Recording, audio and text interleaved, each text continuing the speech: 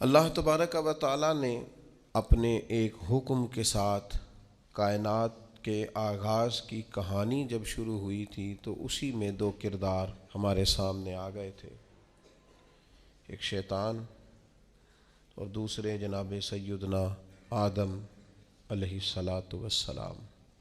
خطا شیطان نے بھی بہت بڑی کی، اس سے کہا گیا کہ جناب آدم کو سجدہ کریں، ابا واستکبر وکان من الکافرین، اس نے سجدے سے انکار بھی کیا اور تکبر بھی کیا۔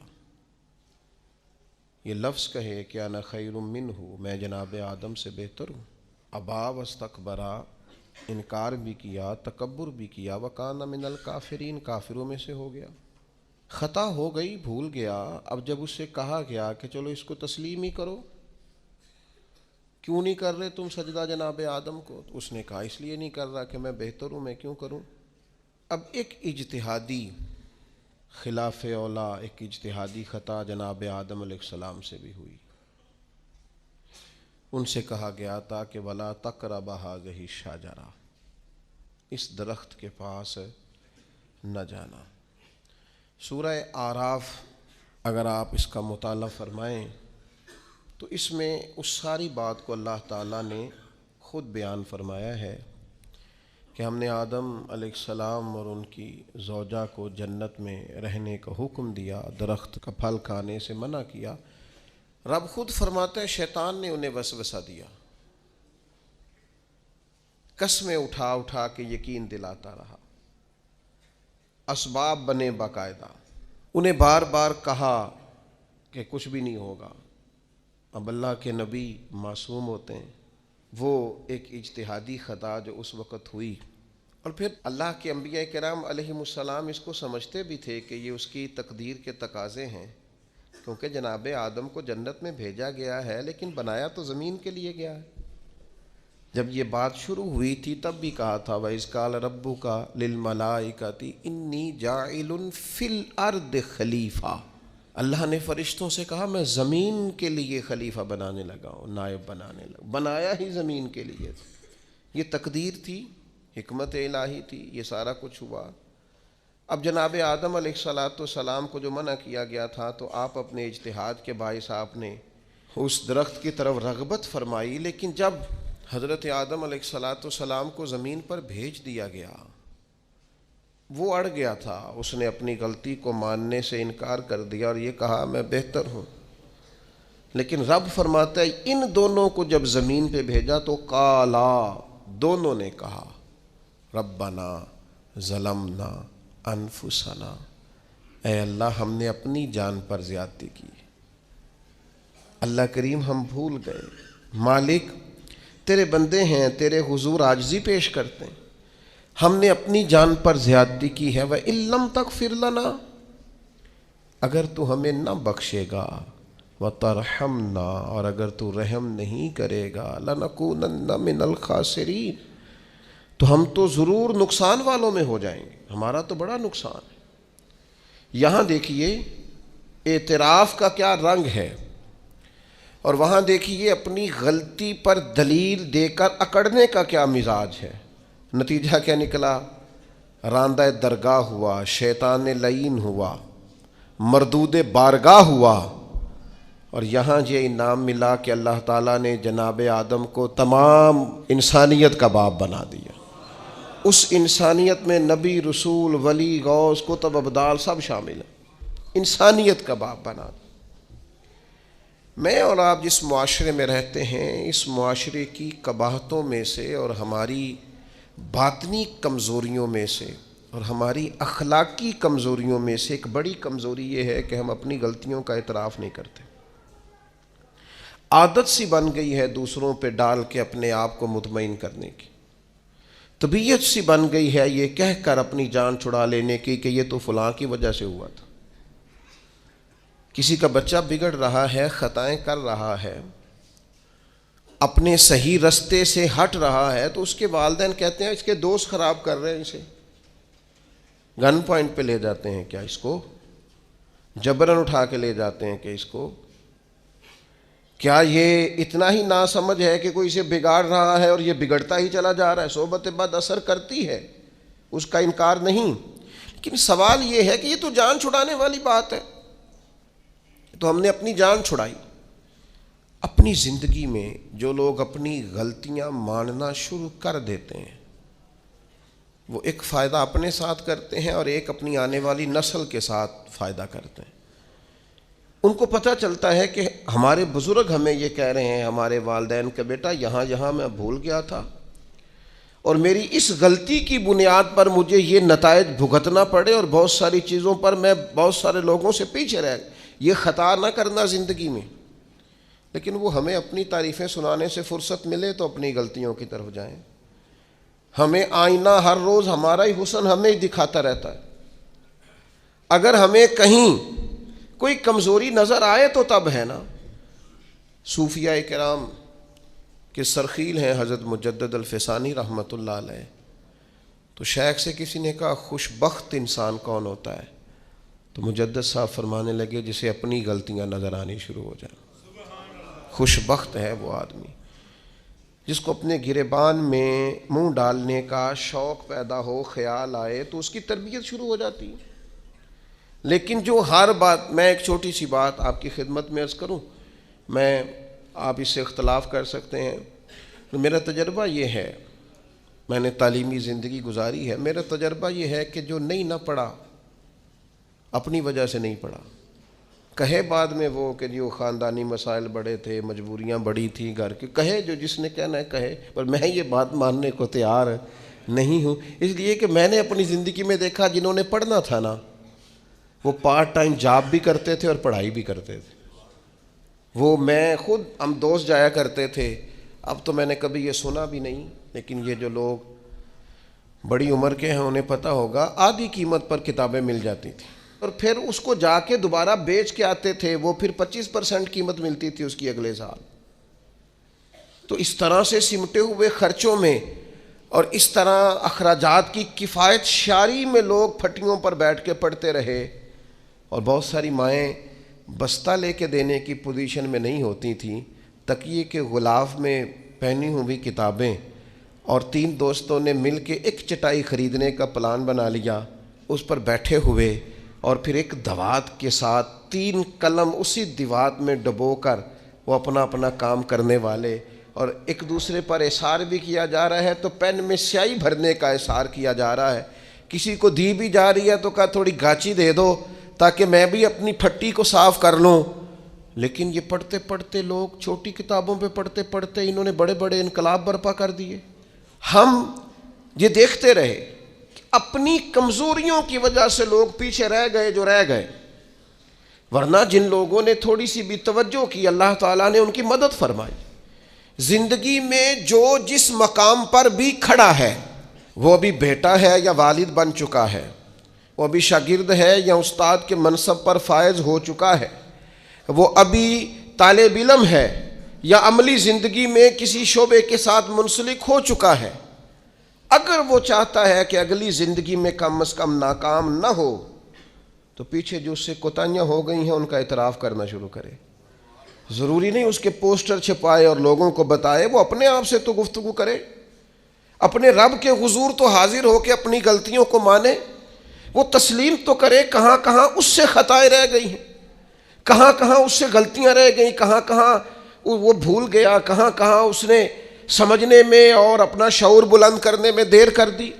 جب تک اعتراف جرم نہیں ہوگا اتنی دیر تک غلطیوں کی تربیت ہو سکتی۔ دیکھو کیا کہتے ہیں، ربنا ظلمنا انفسنا، اللہ ہم نے زیادتی کی ہے اپنی جانوں پر، وَإِن لَمْ تَغْفِرْ لَنَا، اگر تو نے معاف نہ کیا، وَتَرْحَمْنَا، اور ہم پر رحم نہ فرمایا، لَنَكُونَنَّ مِنَ الْخَاسِرِينَ، پیچھے تو جو ہونا تھا وہ ہو گیا، اور اگر آئندہ بھی کرم نوازی نہ ہوئی تو ہم تو نقصان والوں میں ہو جائیں گے، نقصان تو بڑھے گا، روز گھاٹے میں جائیں گے۔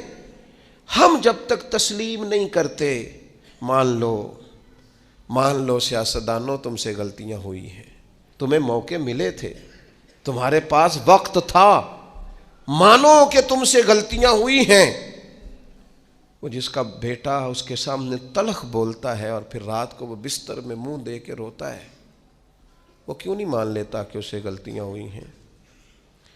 وہ ایک دفعہ اپنے بستر میں منہ دے کے یہ کیوں نہیں سوچتا کہ کبھی اس کے ابا جی بھی کہا کرتے تھے بیٹا میں تیری طرف سے تکلیف میں ہوں؟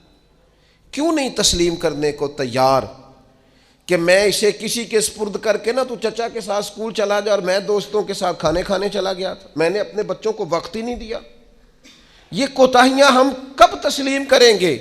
چھوٹا آدمی ہوں اور کمزور ہوں، کوئی ایسی بات نہیں کرنا چاہتا، لیکن میرا دل کرتا ہے ادب سے عرض کروں کہ دین کے دعوے کرنے والوں تم سے غلطیاں ہوئی ہیں، منبر و محراب کے وارثوں تم سے کوتاہیاں ہوئی ہیں، مسند ارشاد پر بیٹھ کر پیری مریدی اور اچھے اسباق پڑھانے والوں تم سے خطائیں ہو گئی ہیں، تم نے قوم کو جس تعویذ گنڈے پہ لگایا تھا، تم نے قوم کو جو چیزیں خود سے سکھائی تھیں، تم نے کیوں نہیں بتایا کہ ہم تو ناقل ہیں، اللہ کے عاجز بندے ہیں، قرآن و سنت پڑھیں گے اور تمہیں سنا دیا کریں گے، ہم تو صرف ناقل ہیں، یہاں سے نقل کر کے تم تک پہنچانے والے، ہم تو تمہیں خیر بتائیں گے، اللہ کی بارگاہ کا رستہ دکھائیں، تم نے کیوں نہیں اس کو سمجھا؟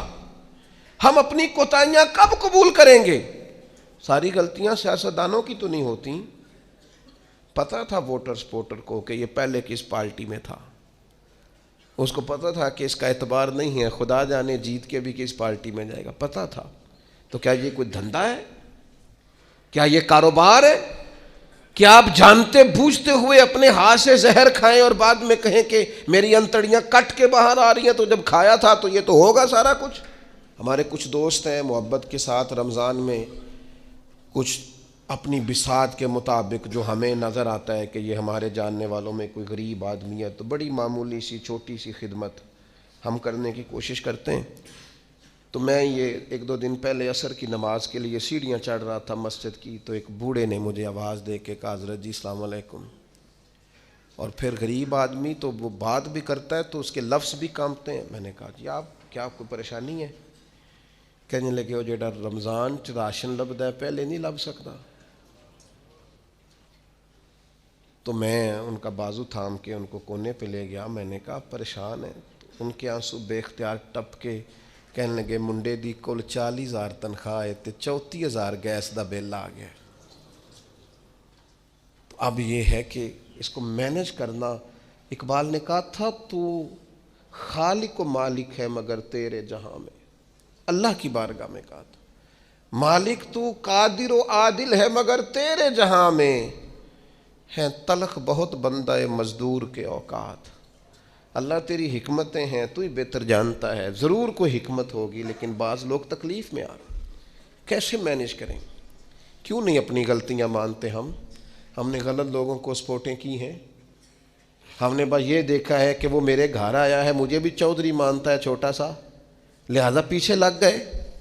کون اشک شوئی کرے؟ اور پھر یہ تو میں نے ایک مثال دی ہے نا، یہ جانے کس کس کے ساتھ یہ معاملہ ہے اور کس کس انداز میں یہ معاملہ ہے۔ میرے عزیز، اعتراف جرم، اپنی غلطی کا احساس، یہ نعمت اگر ہمیں میسر آئے، کسی بھی سیاسی جماعت کا کوئی آدمی بھی ٹی وی پر آتا ہے اور وہ جب انٹرویوز دینے شروع کرتے ہیں تو کیا ہر پارٹی کا سربراہ معاذ اللہ معصوم ہے؟ ان سے غلطیاں نہیں ہوتی؟ کیوں نہیں آپ اعتراف کرتے کہ یہاں ہمارا لیڈر بھی بھولتا ہے، خطا کرتا ہے؟ کیوں آپ اخلاقی جرت کا مظاہرہ نہیں کرتے؟ آپ اس طرح دفاع کرتے ہیں کہ جیسے اس میں کوئی کمی ہے ہی نہیں۔ ہمارے اسا فرمایا کرتے تھے خدا بننے کا شوق نہ پیدا کرو، انسان رہو، رب نے تمہیں انسان بنایا، وہ تمہیں انسان دیکھنا ہی پسند فرماتا ہے۔ یہ کیا تم نے دعوے شروع کر دیے غلطی کوئی نہیں ہوتی؟ یہ کیسے ہو سکتا ہے وہ غلط فیصلہ کرے؟ آپ مانیں بندے کی توبہ اللہ کب قبول کرتا ہے؟ مشکات میں حدیث ہے سیدہ عائشہ صدیقہ سے، حضور فرماتے ہیں ان العبد اذا اعترف، یہ لفظ ہے سرکار کے، اس پر غور کیجیے، فرمایا بے شک جب بندہ اعتراف جرم کرتا ہے رب کی بارگاہ میں بیٹھ کے، وہ مان جاتا ہے یا اللہ یہ مجھ سے بھول ہو گئی، میں نفس کے ہاتھوں مجبور ہو گیا، یہ مجھ سے غلطی ہو گئی، شیطان نے ان العبد اذا اعترف، بے شک جب وہ رب کی بارگاہ میں اعتراف جرم کرے ثم تابا، پھر توبہ کرے تو تاب اللہ علیہ، اللہ فوراً اس کی توبہ کو قبول فرما لیتا ہے۔ لیکن وہ اعتراف جرم ہی نہ کرے، وہ اپنی خطائیں ہی تلاش نہ کرے، وہ کسی جگہ ماننے کو تیار نہ ہو۔ اعتراف کرنا یہ اعلیٰ درجے کے لوگوں کا کام ہوتا ہے، مان جانا یہ بلندی اخلاق والے لوگوں۔ ہم سے کوتاہیاں ہو گئیں۔ میں آپ کی خدمت میں ادب سے عرض کروں گا، زندگی میں بہت ساری چیزوں سے پرہیز بڑا ہی ضروری ہے، اس لیے اپنی ذات کے طواف سے پرہیز بھی بڑا ہی ضروری ہے۔ اپنی ذات میں الجھ کے زندگی نہیں گزارنی، میں سمجھدار ہوں، میں بڑا سمارٹ ہوں، اور دیکھو میری تدبیر سے میرا نظام بڑا اچھا چل رہا ہے، میری حکمتیں بڑی کامیاب جا رہی ہیں، دیکھو میں نے جو سوچا تھا اس کے مطابق منصوبہ بندی ٹھیک ہے، میں کئی لوگوں پر سبقت لے جا چکا ہوں، میں آگے بڑھ چکا ہوں۔ یہ ذات کا طواف ہے۔ اپنی ذات کے طواف سے نیچے اتر کر سوچ لیں اور دو چیزیں اپنے ذہن میں بٹھا لیں، طے کر لیں، زندگی روحانیت کی طرف بڑھنے لگی۔ ایک یہ چیز اپنی ذہن میں بٹھا لیں کہ میرے اندر زندگی میں جو کمیاں کمزوریاں رہ گئیں وہ میری وجہ سے ہیں، اور اگر کوئی خیر ملی ہے تو وہ محض اللہ کے فضل کی وجہ سے، میری طاقت کے سبب کچھ نہیں ہے، محض فضل الہی۔ یہ دو چیزیں جب بندے میں پیدا ہوتی ہیں تو اس کی روحانیت مضبوط ہوتی، ورنہ تو اپنی ذات کے چنگل سے لوگ آزاد ہی نہیں ہوتے۔ اعتراف، حضرت ماعز بن مالک رضی اللہ تعالیٰ عنہ نے آ کے عرض کی، حضور بہت بڑا جرم ہو گیا ہے۔ نبی کریم نے توجہ ہی نہیں کی، پھر عرض کی، حضور بھول گیا تھا۔ سرکار نے رخ پھیر لیا، پھر عرض کی، حضور بھول گیا تھا۔ کریم فرمانے لگے، کیسی ذہنی الجھاؤ کی بات کرتا ہے؟ پھر فرمایا، دیکھو محسوس کرو، ہوش میں تو ہے۔ عرض کی، حضور مہربانی کرتے، یہ جو احساس ندامت ہے سونے نہیں دیتا، کرم نوازی کریں۔ یعنی ایک شخصیت حاضر بارگاہ ہوئی ہے، عرض کی، حضور جرم ہو گیا بہت بڑا، سرکار نے توجہ ہٹائی، پھر عرض کی، حضور بھول گیا تھا، خطا ہو گئی، پھر توجہ ہٹائی۔ عرض کی، حضور اگر میرے لیے طہارت کا سامان نہ کیا گیا تو میں بہت بڑے نقصان میں چلا جاؤں گا، کرم نوازی کر دی جائے۔ فرمایا، دیکھو لوگو، ہوش میں تو ہے؟ یا رسول اللہ بالکل ہوش میں۔ نبی کریم علیہ الصلوۃ والسلام نے فرمایا، لے جاؤ سنسار کرو۔ پتھر مارے گئے، سنسار کیا گیا، اعتراف کیا، مانا، سزا قبول کی، اپنے لیے فیصلہ کیا کہ مجھے سزا لینی چاہیے۔ ان کا وصال ہوا۔ یہاں تک تو معاملہ ان کا تھا، لیکن اس اعتراف پر انعام یہ ملا کہ محبوب نے فرمایا، غسل کفن کرو، میں خود جنازہ پڑھاؤں گا۔ نبی رحمت علیہ السلام نے امامت فرمائی، میرے مرنے پہ ہر سو شور مچ جائے گا، دیکھو گے، اور کہنے الوداع سرکار خود تشریف لائیں گے۔ اور کسی درویش نے کہا تھا، مرن تو بعد دو مکھڑا میرا ہو جاوے جے تازہ، پھر سمجھ لینا محبوب میرے نے آن پڑے ہے جنازہ۔ سرکار نے امامت فرمائی، تدفین ہوئی۔ کسی شخص نے بعد میں کہا اس نے فلان جرم کیا ہے، تو حضور فرمانے لگے، چپ کر، تجھے پتہ ہے وہ کہاں ہے اس وقت؟ یا رسول اللہ کہاں ہے؟ فرمایا، جنت کی نہروں میں غوطے لگا رہے ہیں۔ اور حضور فرمانے لگے، اس بندے نے ایسی اعلیٰ توبہ کی ہے کہ اگر میں اپنی ساری امت میں اس کی توبہ ساری امت میں، فرمایا اس کی توبہ اگر قیامت تک آنے والے سارے امتیوں میں بانٹ دوں تو اللہ سب کی بخشش فرما دے گا، سب بخشے جائیں گے اس ایک کی توبہ کی برکت۔ کیوں؟ ہاتھ باندھ کے عرض کی، حضور مہربانی کریں، میرے سے یہ غلطی ہو گئی ہے، شفقت کریں، مہربانی فرمائیں۔ دوستو، اپنی زندگی میں اعتراف والا مزاج تو پیدا کرو یار۔ ہم تو کسی کوتاہی کو تسلیم کرنے کو باغبان سارا اجڑ گیا، لیکن کوئی مالی ذمہ داری قبول کرنے کو تیار ہی نہیں۔ گھر سارا لٹ گیا اور گھر میں بسنے والے ذمہ داری لینے کوئی تیار نہیں۔ خاندان سارا ٹکڑے ٹکڑے ہو گیا اور جو گھر کا سربراہ تھا وہ احساس ماننے کو تیار ہی نہیں. بڑے بڑے لوگوں کے مستقبل داؤ پہ لگ گئے. کسی نے کہا تھا نا ادھر ادھر کی تو بات کر، مجھے بتا کہ قافلہ کیوں لٹا.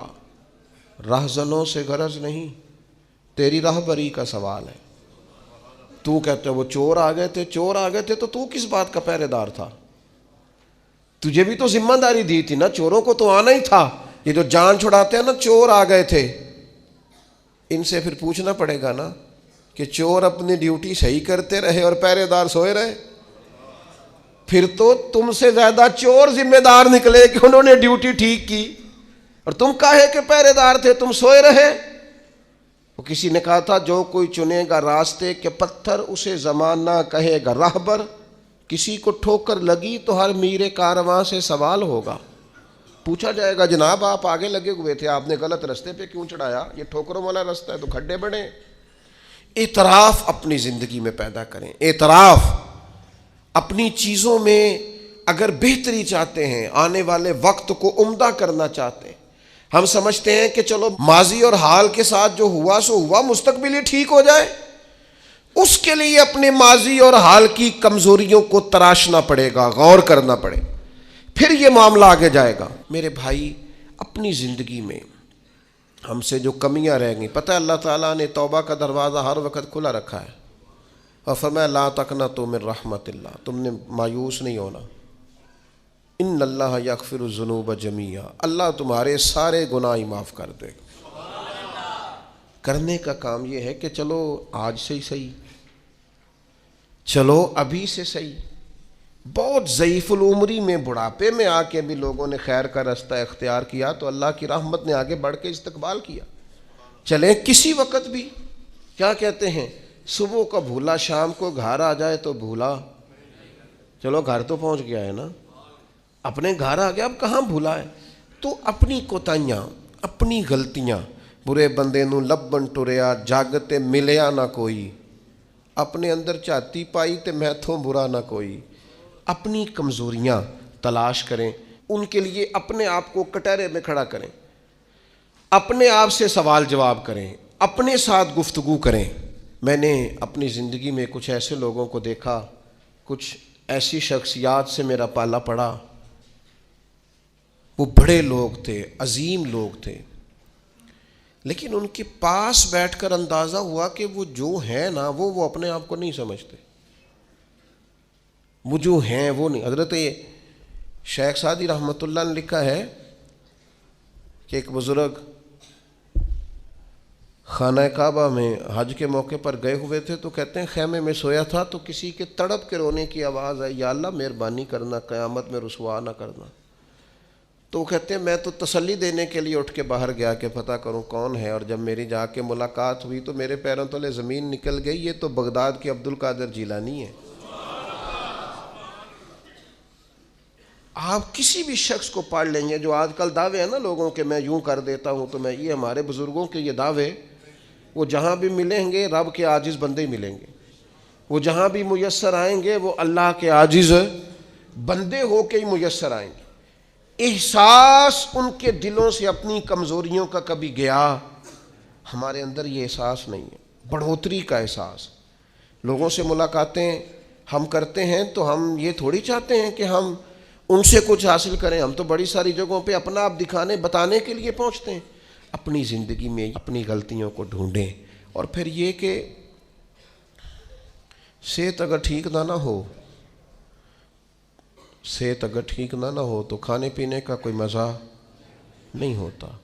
اور اگر گناہوں والی بیماری انسان کو لگی ہوئی ہو نا، تو نہ مزہ شب برات کا، نہ رمضان کا، نہ تلاوت کا، نہ صدقات کا.